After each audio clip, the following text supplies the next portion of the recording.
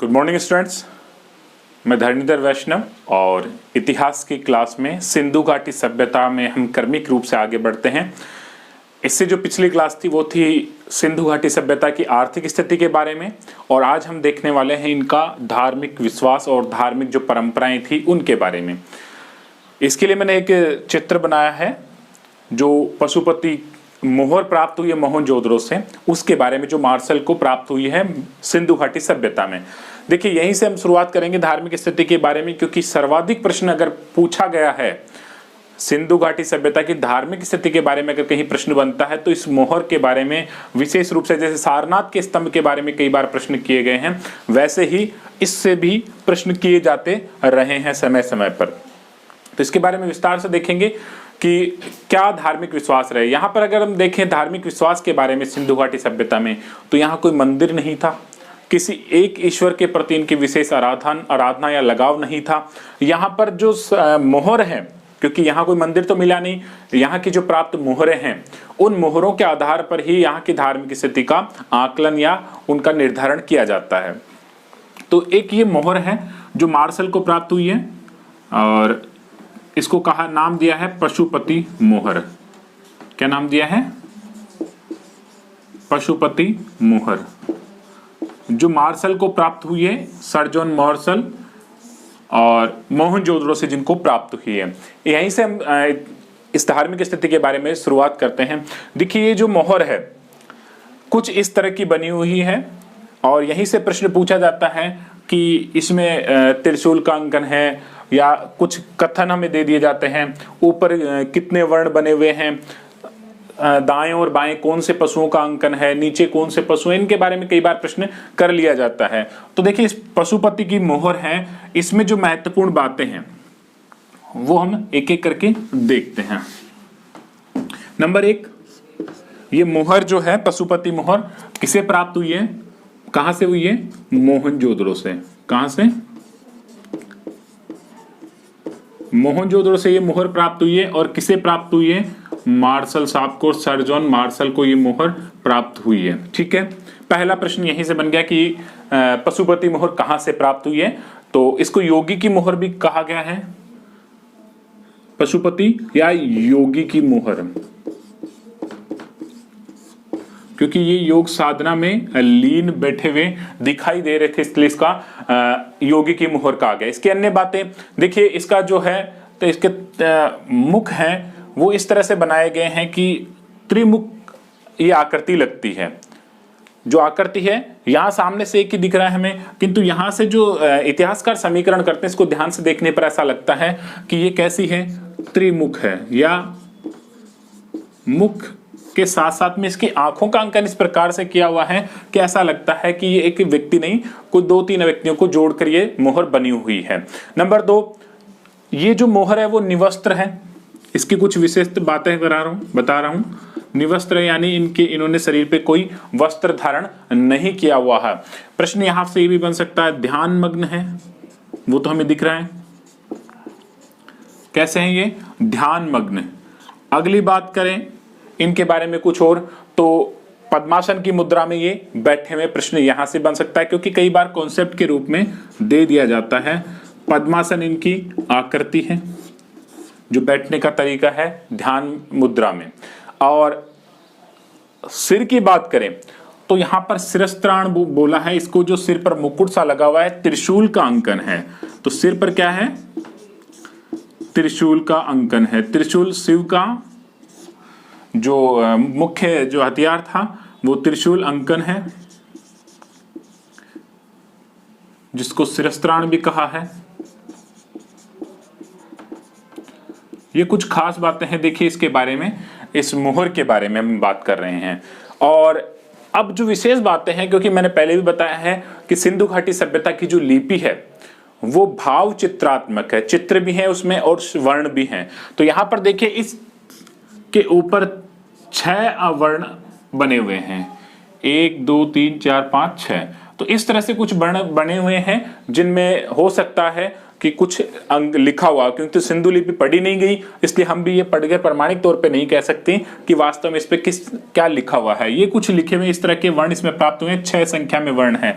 तो ये भी एक महत्वपूर्ण प्रश्न है। सिर या ऊपर की तरफ कितने वर्ण हैं? 6 वर्ण हैं, जो एक कोई मछली का सा भी इसमें अंकन मिलता है। तो ये इसके ऊपर सिर के ऊपर मुहर के ऊपरी भाग में 6 अक्षर हैं। अब जो इसके पशुपति जो कहा गया है, इसको योगी को पशुपति कहने का कारण यह है क्योंकि ये चारों ओर पशुओं से घिरे हुए हैं। तो इनके बारे में बात करें, अगर दाईं ओर बात करें, सबसे पहले हम देखते हैं दाईं ओर। तो दाईं ओर नंबर 1 ऊपर की तरफ हाथी है और बाघ है। प्रश्न यहाँ ये बनेगा कि दाईं ओर कौन से पशुओं का अंकन है? तो हाथी और बाघ है। बाईं ओर बात करें तो गैंडा है और वृषभ यानी बैल। ये 4 इसके पशु ऊपर की तरफ इस मोहर पे हैं। दाईं ओर है हाथी और बाघ, बाईं ओर है गेंडा और बैल यानी वृषभ। और नीचे की तरफ बात करें तो 2 हिरण के चित्र बने हुए, एक स्पष्ट रूप से अभिव्यक्त है और दूसरा जो मोहर है वो टूट चुकी है, इसलिए थोड़ा सा साफ दिखाई नहीं दे रहा, केवल उसके सिर का कुछ भाग दिखाई देता है इस मोहर में, इस पशुपति शिव की मोहर में। तो गेंडा, हाथी, वृषभ, बाघ और नीचे की तरफ हिरण है, ध्यान मग्न है, त्रिशूल का अंकन है, पद्मासन की मुद्रा में बैठे हुए हैं, निवस्त्र है। और ये इस और ऊपर की तरफ जो है सिर के ऊपर 6 वर्ण बने हुए हैं कुछ लिखित रूप में। तो यह है पशुपति शिव या योगी की ध्यान मग्न मूर्ति, जिसको शिव के साथ भी जोड़ा गया है। ध्यान रहे, यहां से प्रश्न बनते हैं तो इसको थोड़ा सा ध्यान पूर्वक देखा जाए। तो कहां से प्राप्त हुई है? मोहनजोदड़ो से। किसे प्राप्त हुई है? मार्शल को ये प्राप्त हुई है, इतिहासकार है मार्शल। चलिए, पशुपति शिव के बाद हम आगे बढ़ते हैं इस सिंधु घाटी सभ्यता की धार्मिक स्थिति को और विस्तार से देखने के लिए। अब देखिए, यहां धार्मिक स्थिति की बात करें तो मैं पहले बता चुका हूं, नंबर 1 यहां मंदिर का कोई अवशेष नहीं है। मंदिर के क्या है? अवशेष पूरी तरह नहीं मिला है।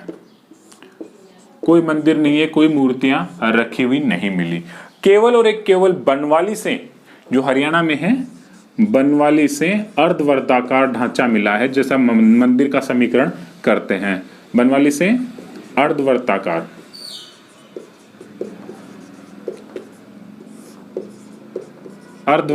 ढांचा मिला है, जिसका समीकरण किसके साथ करते हैं कि हो सकता है ये मंदिर की आकृति रही हो। नंबर अगली बात करें यहाँ की, तो विशेष बात, यहाँ मात्र देवी की उपासना की जाती थी, यानी समाज जो था वो पुरुष प्रधान ना होकर मात्र प्रधान था, यानी यहाँ मात्र सत्ता प्रचलन में थी।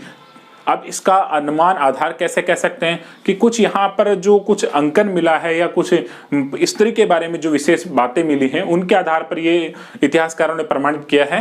क्योंकि समकालीन कुछ ऐसे उदाहरण दिए उन्होंने कि समकालीन सभ्यताओं भी मात्र सत्ता प्रचलित थी, तो भारत में भी इस सिंधु घाटी सभ्यता में मात्र सत्ता प्रचलित थी। तो यहाँ ये देखते हैं नंबर 2 मात्र सत्तात्मक, यानी घर परिवार जो मुखिया होती थी वो स्त्री होती थी, ना कि पुरुष। और इसका जो कारण है, तो उसका कारण यह है कि यहाँ पर नारी की देवी रूप में प्रतिष्ठा की गई है। मात्र सत्तात्मक और नारी की क्या की गई है? देवी रूप में प्रतिष्ठा, यानी इसको देवी का रूप दर्जा दिया गया है।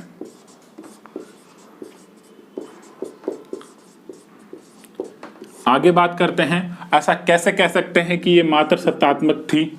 तो उसका पहला कारण, जो सिंधु घाटी सभ्यता में जो मोहरें मिली हैं, अलग अलग जो चित्र मिले हैं, उन चित्रों में नारी का अंकन है।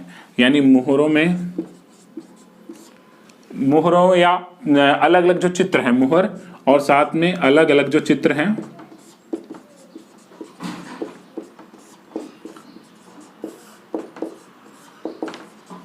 किसका अंकन मिला है?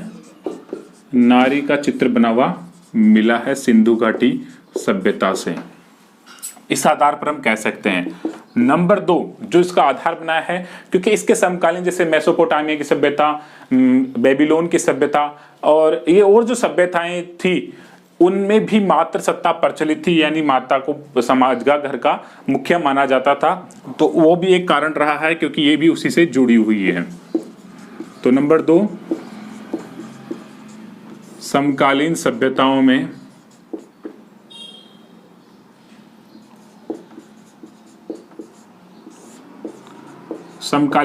में क्या था, मातृ सत्ता या ये परंपरा रही थी।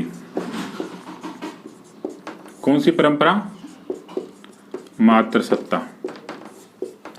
नंबर 3 जो देखते हैं हम कारण, तीसरा जो आधार बनाया है हमने, वो कारण क्या है कि इसके बाद की जो सभ्यता संस्कृति बनी, जैसे वैदिक सभ्यता संस्कृति, तो उस समय तक भी जो औरत थी, स्त्री थी, उसको देवी का स्थान या देवी रूप में उसकी परिकल्पना की गई है। यानी यूं कह सकते हैं प्रवर्तिवाद की जो सभ्यताएं हैं,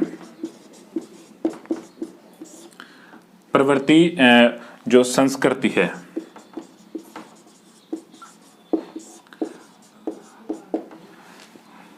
नारी किस रूप में? देवी रूप में परिकल्पना।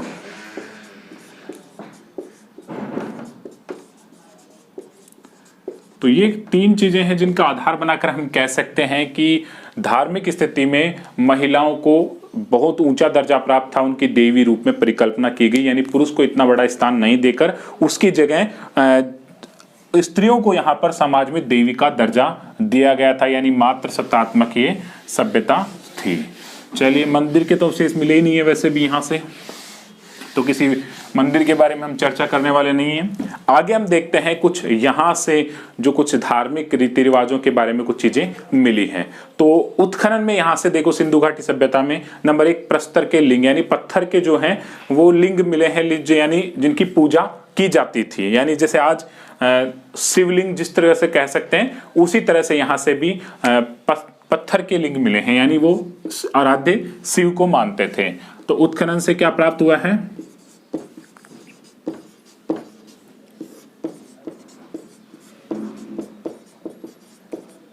नंबर 1, सबसे पहली चीज प्रस्तर लिंग, यानी लिंग पूजा का यहां पर पूरी तरह संकेत मिलता है। प्रस्तर के लिंग मिलना क्या है?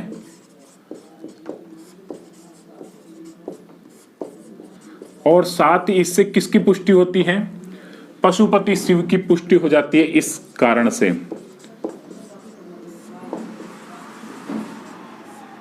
ये जो हमारा सिद्धांत था अभी जो पहले पढ़ा कि पशुपति को मानते थे, तो उसकी इस कारण से पुष्टि हो जाती है, क्योंकि वर्तमान तक शिवलिंग की पूजा का परंपरा भारत में चलती रही है।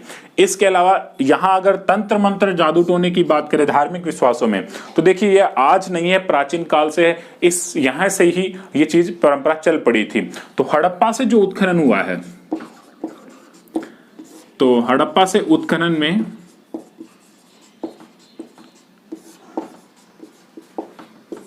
23 ताबीज मिले हैं। क्या मिले हैं? ताबीज। किसके? मिट्टी के। मिट्टी के 23 ताबीज उत्खनन में मिले हैं, यानी तंत्र मंत्र और अंधविश्वास का यहां पर प्रचलन था। किसका था? तंत्र मंत्र व अंधविश्वास का प्रचलन। अंधविश्वास यहां पर क्या था? प्रचलन में था। ये दूसरी चीज यहाँ की। अगली हम बात करें धार्मिक विश्वासों के बारे में, तो देखिए नंबर 1 कालीबंगा और लोथल है, 2 महत्वपूर्ण स्थान ये है। इसके अलावा बनवाली और राखीगढ़ी से भी जो अग्नि कुंड है, यानी यज्ञ कुंड है जहां हवन हुआ करता था, उसके साक्ष्य भी प्राप्त हुए हैं। तो नंबर 3 बात करें हम अग्नि कुंड की।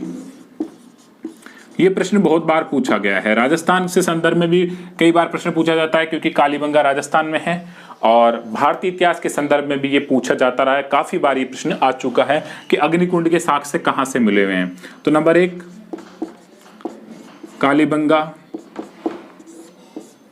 लोथल और राखीगढ़ी,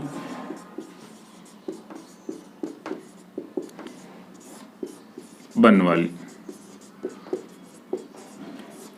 ये 4 स्थान है जहां से अग्निकुंड के साक्ष्य मिले, यानी हवन कुंड जिसको कह सकते हैं। कालीबंगा की एक विशेष बात है। कालीबंगा की क्या खास बात है? कालीबंगा से क्या हुआ है,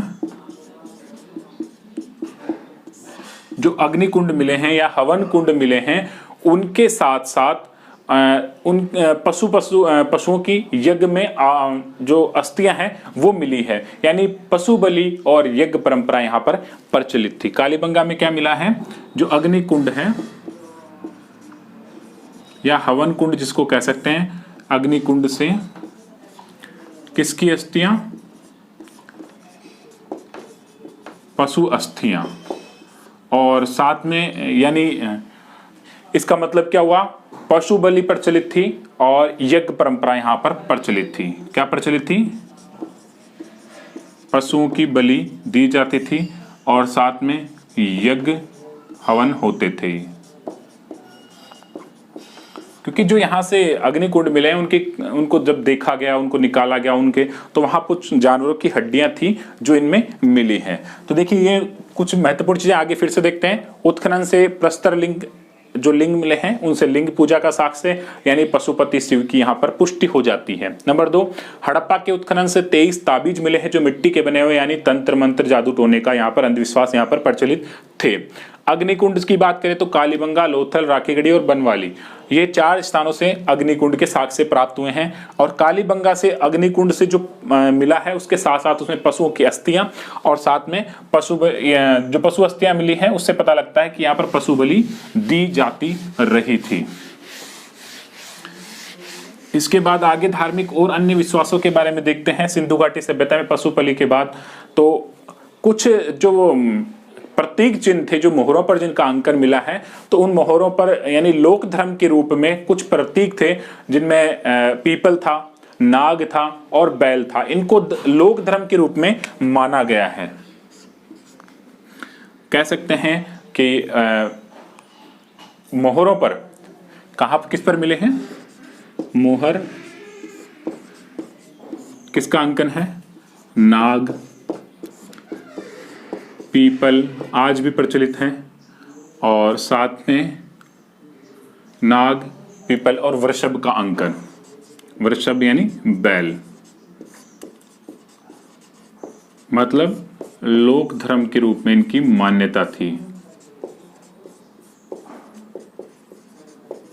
कैसे कह सकते हैं? देखिए आज भी इन चीजों की पूजा समय समय पर होती रही है। नाग, पीपल और बैल की पूजा समय समय पर भारत में भी होती रही है। कैसे? पीपल की बात करें तो पीपल को ऐसा वृक्ष माना जाता है जहां आत्माओं का निवास होता है।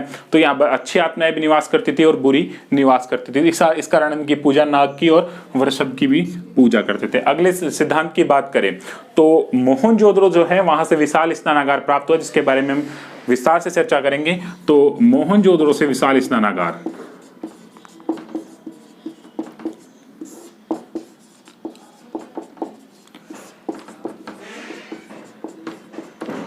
जो विशाल स्नानागार प्राप्त हुआ है वो यानी ये कहता है कि यहाँ पर जलीय अनुष्ठान और पूजा का प्रतीक है। यानी कोई जल के रूप में जैसे कोई देव स्थान माना जाता है या पूजा यहाँ पर प्रतीक के रूप में था। जैसे हम कह सकते हैं राजस्थान की बात करें तो राजस्थान में पुष्कर है, वहां से नहाना, स्नान करना और मंदिर में जाना पवित्रता का प्रतीक है कि व्यक्ति अपने कर्मों से शुद्ध हो जाता है, ऐसा माना जाता है। तो ऐसे ही जलीय अनुष्ठान भी यहाँ पर प्रचलित रहा होगा जो विशाल स्नानागार मिला है। ऐसा नहीं है ये कोई स्विमिंग पूल था, नहाने के लिए बनाया गया था। इसके अलावा जो कांस्य नर्तकी मिली है, कहाँ से प्राप्त हुई है? कल बात की थी हमने, कांस्य नर्तकी कहाँ से प्राप्त हुई है? मोहनजोदड़ो से। क्या मतलब है इसका? यानी देवदासी प्रथा।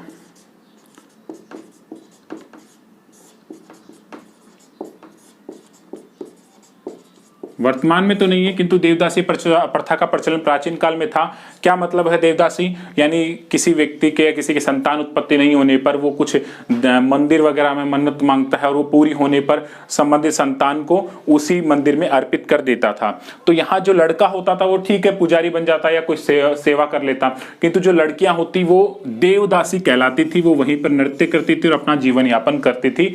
और बाद में ये परंपरा बहुत गलत हो चुकी, क्योंकि इनके साथ अनैतिक संबंध बना लिए जाते थे, इसलिए ये देवदासी प्रथा खत्म हो चुकी है। वर्तमान में तो कांस्य नर्तकी से ये सिद्ध होता है। और एक है जो हड़प्पा है, वहां से स्त्री के गर्भ से पौधा निकलता हुआ दिखाया है, यानी पृथ्वी देवी की उपासना। हड़प्पा से क्या मिला है? स्त्री गर्भ से पौधा निकलता हुआ दिखाया है। मतलब क्या है, यहां पर पृथ्वी देवी जो वनस्पति की देवी है उसकी कल्पना की गई है और पृथ्वी देवी को ये माना गया है कि इसकी उपासना करने योग्य है, पूजा करने योग्य है। इससे ये प्रमाणित होता है। अगली बात करें धार्मिक विश्वासों के बारे में, तो हड़प्पा से एक स्वास्तिक चक्र और क्रॉस के साक्ष्य भी मिले हैं। हड़प्पा से ही क्या मिला है? स्वास्तिक चिन्ह और साथ में क्या मिला है? स्वास्तिक के साथ में जो क्रॉस है, जिसको कह सकते हैं हम प्लस का निशान, जिसको हम कह सकते हैं, वैसा भी साक्ष्य। देखिए स्वास्तिक चिन्ह जानते होंगे, ये वाला उल्टा है सीधा है वो देख लेना। तो ये स्वास्तिक चिन्ह भी यहां से प्राप्त हुआ है।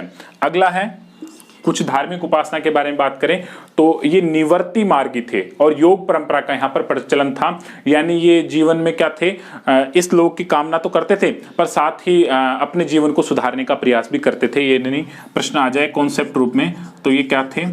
निवर्ती मार्गी। कैसे थे? निवर्ती मार्गी। और यहां पर योग परंपरा का प्रचलन था, क्योंकि हम योगी की मूर्ति देख चुके हैं।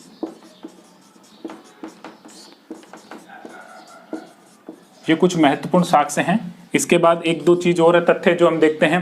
तो धार्मिक दृष्टिकोण जो था इनका, वो उसका आधार था इस लोक से और व्यवहारिक ज्यादा था। ये नहीं सोचते थे कि ऐसा करेंगे तो हमें अगले जन्म में कुछ अच्छा प्राप्त होगा। तो